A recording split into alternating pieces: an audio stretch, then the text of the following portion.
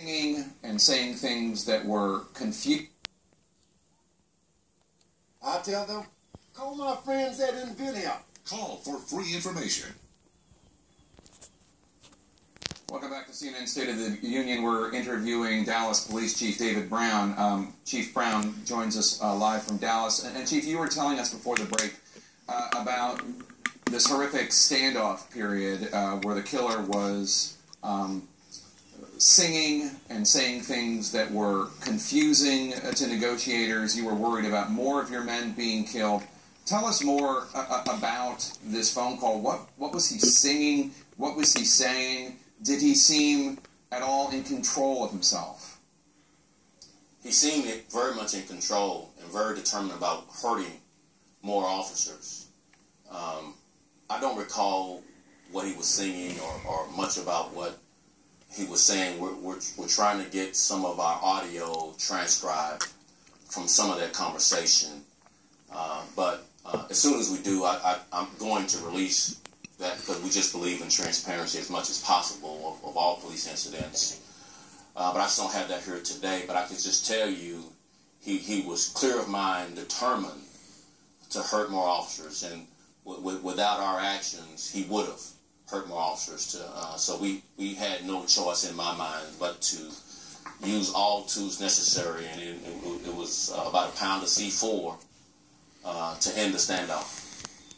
I want to just ask briefly about the decision to send in this bomb robot, which you said that you would make the same decision. Again, as you know, it's prompted a lot of discussion among law enforcement officials about whether or not there should be some sort of discussion nationwide about the use of this type of robot. Just to ask a question about this, could something else have been used other than a bomb that would have killed the shooter? Obviously, in a situation like that, law enforcement has every right and ability to take out the shooter any way he can, but could, for instance, some sort of riot gas been used instead of something that killed the gunman? I just don't give much quarter to critics who ask these types of questions from the comforts and safety away from the incident. You have to be on the ground and try and determine. I've got former SWAT experience here in Dallas. And you have to trust your people to make the calls necessary to save their lives. It's their lives that are at stake, not these critics' lives who are in the comforts of their homes or offices. So, that's not worth my time to debate at this point. We believe that we saved lives by making this decision. And, again, I appreciate critics, but they're not on the ground and their lives are not being put at risk by debating what tactics to take. And I'll leave that to them for a later discussion. Let's talk about your story, your own personal story, because it's rather extraordinary. You've lost your partner, a former partner of yours, to gun violence, your brother to gun violence, and just weeks after you became the leader of the Dallas Police Department in 2010, your son, pardon me, your son fatally shot a police officer and another man before being killed in a confrontation with police. How do you think these experiences have shaped the way you faced the horrific events of this week? First of all, I came into law enforcement in 1983 as a result of the crack cocaine epidemic in my old neighborhood. I grew up in the poor areas of Dallas. I'm an inner city kid, and I really appreciate my experiences growing up here. And this city has embraced me as its police chief, and I've always felt a sense of urgency about delivering police service. But I never wanted this job to be about me then or now. I'm a servant. And at my core, I enjoy serving people. And I'm a person of faith. I'm a Christian. And I believe that service is part of my direction. And loving people despite themselves is something I aspire to be. I'm flawed, though, like many of us. But I can tell you right now, I'm not going to have a long conversation about me on this broadcast or any others. This is going to be about the men and women in blue who sacrifice their lives every day, and these families planning 4 funerals. So I want to spend a lot of time talking about what I've learned about these officers. They're brave. They're courageous. They did things that day that are just hard to describe. We're learning that officers expose themselves to draw fire so they could determine what floor this suspect was on. Expose themselves. And you saw footage of officers running toward gunfire. Extraordinary acts of bravery. Countless officers returning fire, knowing that they're vulnerable, to try to get to wounded and injured citizens and officers, to get them rushed to the hospital, try to save their lives. And just the brave men and women who have worked every day. The day after this incident occurred, I look at the daily rolls to see who comes to work. Everyone came to work the next day. Who does that, Jake? In the face of their lives being at stake the previous day, you think you have some call in and say, maybe that's not for me. Everyone came to work that next day, and I'm just proud to be associated with these people. I stay humble, and so I'm not going to talk much about me. I think you said much about my story, and I think it speaks for itself, and I hope that I've done a good enough job to represent these brave men and women. That's been the challenge for me. Am I representing them appropriately? So I'm really not wanting any of this to be about me, Jake, and I hope you can appreciate that. I can, sir. What can you tell us about the officers who were wounded? Many of the officers have been released already. One of the DART officers was still in treatment at the hospital on yesterday, but I believe he's going to be released today if he didn't get released late last night. They're recovering, but they're not only those officers, but just looking in the faces of all of my officers when I see them coming in and out of headquarters and out on the street, they're in shock, Jake. Other thing that I learned about this is that the conversation about policing in this country, this is not sustainable to keep these officers encouraged. These officers risk their lives for $40,000 a year. $40,000 a year. And this is not sustainable not to support these people. We're not perfect. There's cops that don't need to be cops. And I've been the first to say we need to separate employment with those types of cops, 1 or 2%.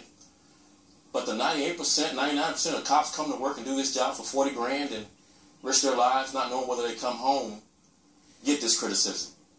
That's just not right, and it's not sustainable.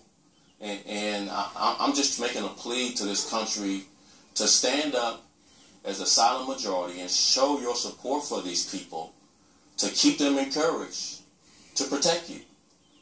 And I'm saying this from the heart. I hope I'm not lecturing too much, but this is really important from my perspective, that we show these folks that we applaud their heroism and that we let them know without a question that we support you in your efforts to protect us. Who specifically do you think needs to show more support to our men and women in blue? Is this something that you're directing to public officials, to any specific protesters, to the media? Who do you wish were more supportive? All the above. Well, you took the words right out of my mouth. All the above. Media, public officials, and our communities. How media tells the story. Amen. How you sensationalize the video, how you edit the video. Show the whole story, and when you don't know the whole story, say there's more to be determined, instead of jumping quickly to conclusions, without a full investigation. I'm sorry, Chief Brown. We need it's more the Clinton people News in the Network. community They won't to come do that. forward. There's a silent majority out there that doesn't realize that a minority voice is loud, CNN loves to spin the news. critical of law enforcement without all the facts. And our public officials, They won't abide by your request, local Chief. and I wish they national, would, need to step but up. they won't. And I'm encouraged by what I've heard. But we all need to make sure that there's no question in the mind of our officers that they're supported when they do the right things. And of the few that don't, we as leaders in the profession need to separate employment with them so that the 98% doesn't get painted with the broad brush of those 1 or 2%ers that shouldn't be police officers. So you can have both of these discussions and be clear of the people who dedicate themselves professionally to deliver police service, that you support them without painting everyone with the broad brush, or the majority of the media coverage be the negativity that happens in our profession. What do you say to the people who were protesting in Louisiana last night, or the people who were protesting in Minnesota last night? Majority African American protesters who feel as though their lives don't matter as much to the police. What do you say to them? We're so sworn to protect you and your right to protest, and we'll give our lives for it. And it's sort of like being in a relationship where you love that person, but that person can't express or show you love back. I don't know if you've been in a relationship like that before, Jake, but that's a tough relationship to be in, where we show our love, because there's no greater love than to give your life for someone, and that's what we're continuing to be willing to do. And we just need to hear from the protesters back to us. We appreciate the work you do for us in our right to protest. That should be fairly easy. The Obama administration's response to a lot of the violence we've seen in the last week has been to talk about further regulations on gun ownership or gun control. What is your view? Do you think that it's too easy for individuals to get guns in this country? So, Jake, I wasn't born last night. Let's let the policymakers solve that problem, do their job. I'm a servant. So ask me a question about serving this country, and I'll talk to you for hours. You ask me a policy question that policymakers haven't resolved, I'm going to punt and kick it back to you. So many Americans out there are mourning the 5 brave police officers who were killed. They want to do something. They want to be able to help. What can they do to help? There's 2 organizations here in Dallas that will take funds directly to the family members. And really why that's important, particularly now, is those officers that gave their lives got their last paycheck until the life insurance and funding comes in, which will be weeks later, sometimes months later. But they have bills due next month. And short-term funding is vitally important to get their mortgages paid and their car notes paid and food on the table. So DallasFoundation.org and ATODallas.org/donate are the 2 organizations that your funds will be well spent in keeping these families afloat whose partners, whose loved one gave the ultimate sacrifice to protect the citizens of Dallas. DallasFoundation.org and ATODallas.org/donate. And we have those graphics up underneath you as you say that, and I will repeat them before the interview ends. One last question for you, sir. What else should we know? What else do you want the American people to know? That the law enforcement community is hurting. We're all grieving, not just here in Dallas, all over the country. And words matter. And we need to hear that you appreciate what we do for this country. Thank you, Jake. Dallas Police Chief David Brown, it's been an honor talking to you this morning, sir. And again, those websites are DallasFoundation.org and ATODallas.org/donate. Chief Brown, once again, thank you for your service for our country, for the people of Dallas, and thanks for talking to us today. God bless.